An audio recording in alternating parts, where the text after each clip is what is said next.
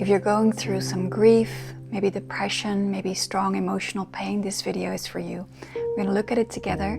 And this is kind of like a mini private session with me, so it's a little bit longer. If you want a shorter video, I'll just put that above here that you can do in just 5 or 6 minutes.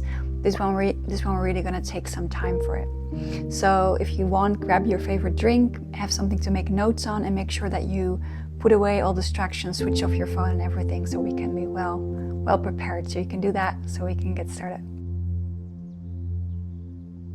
Now I want to start, before we dive into the steps, I want to zoom out a little bit, because generally speaking there are 2 approaches to emotional pain. One is to actually go, as it were, towards the pain, to welcome the pain and to start processing it. The other one is actually to park the pain for a moment and to recharge, and both are equally important. And of each of those approaches, each of them you can do alone, by yourself, or together with other people. And also in that, you want to have a bit of a balance. So maybe it's interesting to see right now, like if there's any of these that you don't do as much and that you might like to set an intention to do more. So we are now actually going towards the pain. We're going to process it. And it's kind of together, kind of not. I don't really know how to categorize this, but it's kind of like in between, I guess. So that's just a little bit of a background. Let's take the first step. The first step is to kind of decide what you want to focus on today, because oftentimes when we have strong feelings, it's because multiple things that we grieve have started to pile up. And so for today, for this session, I want to ask you to pick one thing. So maybe if your relationship is over, and also some family members are ill, just pick one of those to work on right now and kind of put that as a sort of headline of this is the theme for right now. You can repeat the video for those other topics maybe another day, so that you can just make it manageable.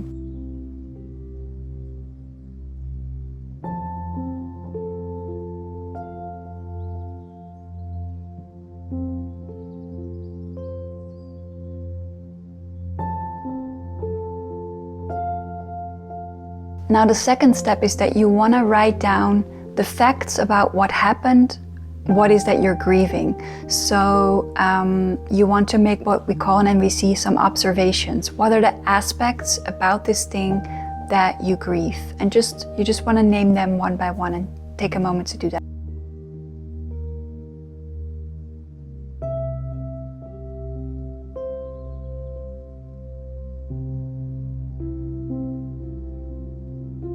Now for each of those aspects, you want to write down what are your thoughts about that. Your thoughts could be worries about the future. Your thoughts could be your interpretations of what other people did to you. I'll give you a couple of examples. But your thoughts are, MVC also calls that jackals, right? What Marcia Rosenberg calls jackals. So you want to write down for each of the observations that you made, what thoughts do you have about them? What jackals do you have about them?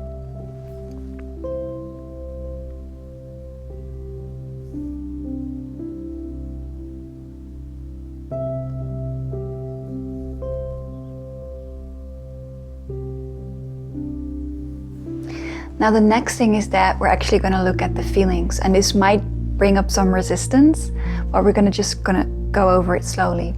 So after each thought, you're going to put the feeling that this thought might trigger.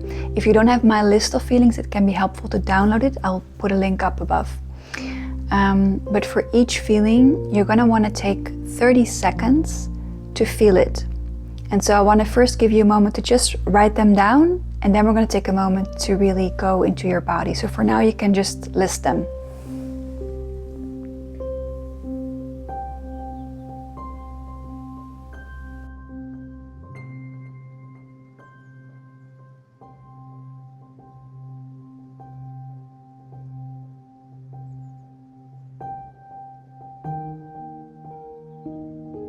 And so now I want you to pick the first feeling, and we're going to go over 2 feelings right now. And if you want to do more, you can just repeat this part of the video. So I want you to close your eyes and go inside and see, where do you notice this feeling? Whether it's a feeling of dread or heartbreak, anger, See where you can locate it in your body.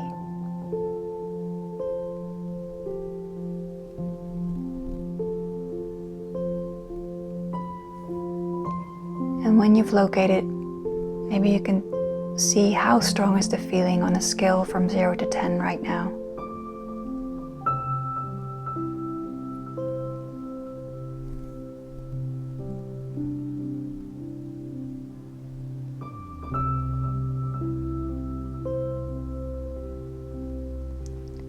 And when you look at the feeling, how big is it? How big throughout your body? Does it spread out over your whole chest, or is it more located in one spot?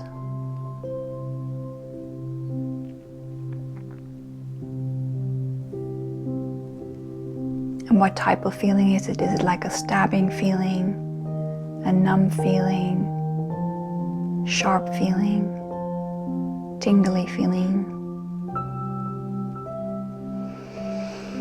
And don't forget to breathe as you're trying to go to the feeling.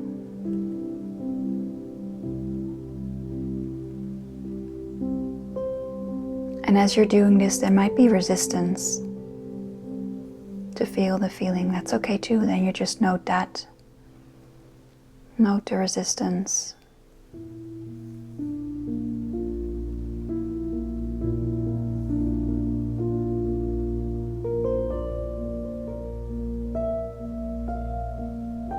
Now slowly open your eyes again. And so if there were more feelings on your list, you can repeat this little part for those feelings as well. Make sure that each of them are located in the body and that you can say to them, try and go at them with an attitude of, hey, I'm welcoming you. What do you have to tell me? Right? Because when we're grieving something, when we're mourning something, we're actually processing the feelings to learn certain lessons. And we don't have to get the lesson today, but it is trying to tell us something. And so maybe you can pick up on that, or maybe you can set an intention that you're open to receive whatever the feeling wants to tell you. In the next step, we're going to make use of the most essential concept of nonviolent communication, which is kind of the method that we're applying right now, right?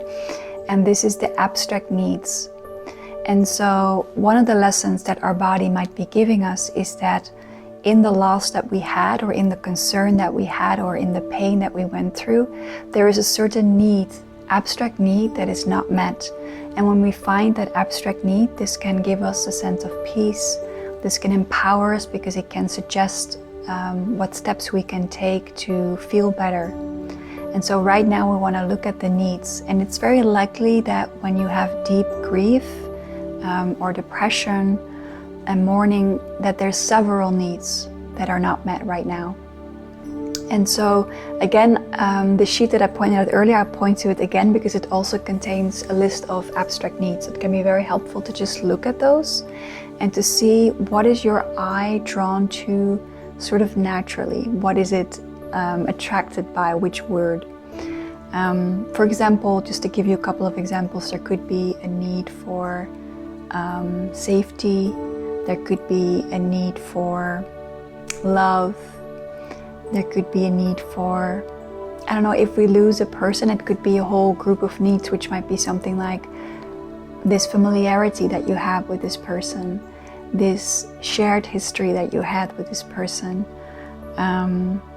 When we're talking about grief, about world situations, there might be a deep need for equality and peace and well-being for everyone around us, right? So it could be very different things.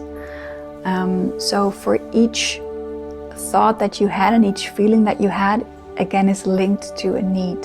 So you can pause the video and see which needs you have.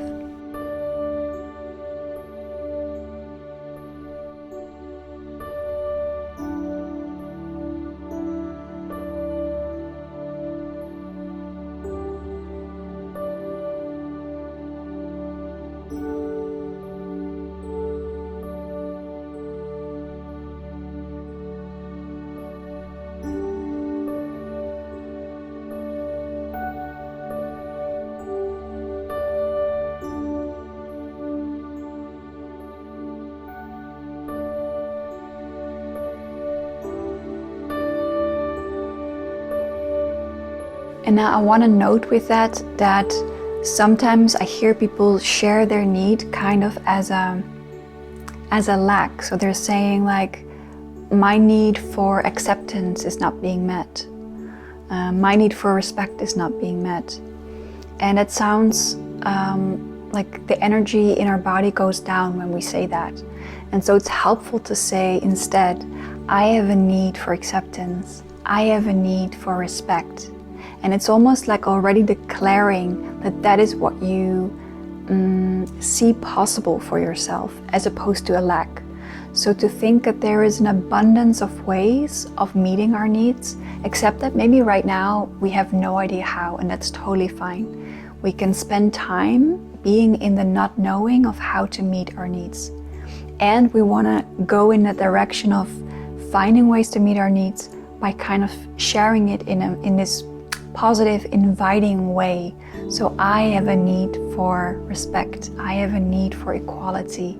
It's almost like a little bit like the I have a dream speech, right? You're inviting, you're sharing your vision almost for the world or for your own life. Now lastly, and this is an optional step, is that you can think about what are different ways to meet your needs. For example, I remember when I was really grieving that I was single, I was really writing down what are all the needs that a love relationship meets for me, and how can I meet each of them myself, and not necessarily just by myself. It could be met with friends, it could be met in other ways, some of it could be met by myself. And so for each need that you have, you can start thinking, what are small steps towards meeting that need? I might not be able to meet that need today or ever entirely, but as long as the need is abstract, it is not dependent on the relationship that you had or the person that you may have lost, right? So the need is abstract, so it's not attached to a person.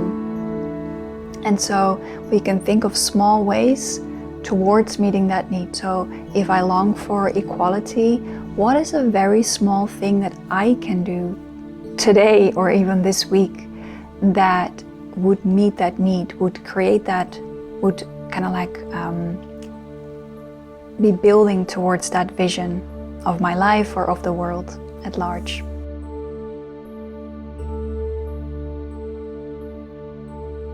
And as a last bonus step, I want to ask to check your body if it would feel like moving in any way. Maybe you'd like to take a walk, maybe you just want to stretch a little bit, maybe if there's anger, maybe you want to stomp around, maybe there's tears that still want to come. Whatever is comfortable for your body, maybe you just need something warm or need to give yourself a little hug. Whatever it is that might be fulfilling and nourishing for your body, maybe you would like to make some nice food for yourself.